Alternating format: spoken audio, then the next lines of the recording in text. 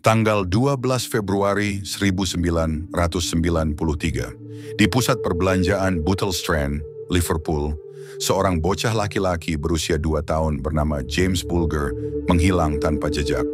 Ia bersama ibunya, dan hanya dalam hitungan menit, dunia kecil mereka berubah selamanya. Yang membuat kasus ini mengguncang dunia, bukan hanya karena korbannya sangat muda, tapi karena pelakunya juga masih anak-anak.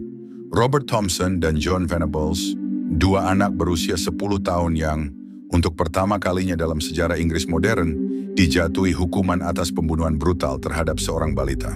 Pada hari itu, James Bulger berjalan bersama ibunya di dalam mall. Saat sang ibu sibuk sebentar di kasir, James menjauh hanya beberapa meter dan kemudian hilang. Yang tidak diketahui siapapun saat itu, dua anak lelaki yang tidak sedang mencari mainan, tapi mencari korban. Robert dan John membawa James sejauh lebih dari 3 kilometer, melewati jalanan, terowongan, bahkan melewati 38 orang dewasa. Tapi tak satu pun dari mereka menghentikan apa yang sedang terjadi. Di sebuah rel kereta yang sepi, mereka melakukan tindakan brutal. Luka-luka James begitu mengerikan, hingga petugas forensik pun menangis saat mengidentifikasinya. Tapi pertanyaannya, mengapa? Kenapa dua anak usia 10 tahun bisa melakukan hal yang begitu gelap? Psikolog dan media berebut menganalisis. Apakah mereka korban dari kekerasan di rumah, pengaruh film horor, atau ada kegelapan yang lebih dalam jiwa manusia bahkan sejak usia muda? Pengadilan digelar.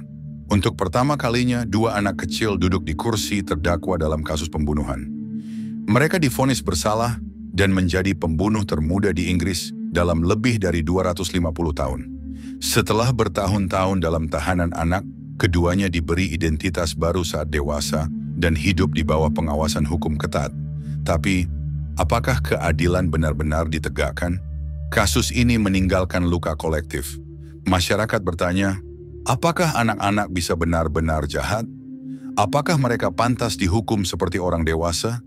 Dan bagaimana kita sebagai orang dewasa membiarkan tragedi ini terjadi di depan mata? James Bulger kini menjadi simbol kehilangan tak termaafkan, tapi juga menjadi peringatan bahwa kejahatan bisa muncul di tempat dan wujud yang paling tak terduga. Bahkan di balik wajah polos seorang anak. Dan kita harus bertanya, bukan hanya apa yang salah pada mereka, tapi apa yang salah pada kita? Jika kamu ingin tahu lebih banyak kasus seperti ini yang mengejutkan dunia, jangan lupa like, subscribe, dan aktifkan lonceng notifikasi. Sampai jumpa di cerita kelam berikutnya.